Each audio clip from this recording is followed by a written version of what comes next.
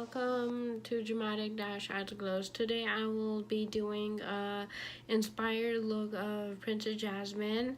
I am so excited for the movie, and I will be creating with the Blue Blood palette. Thank you so much for 2K subscribers. I just hit 2K today, and I am so happy. I know this is the beginning, but still I am so happy, so thankful for you guys who supports me. And let's get right to the tutorial.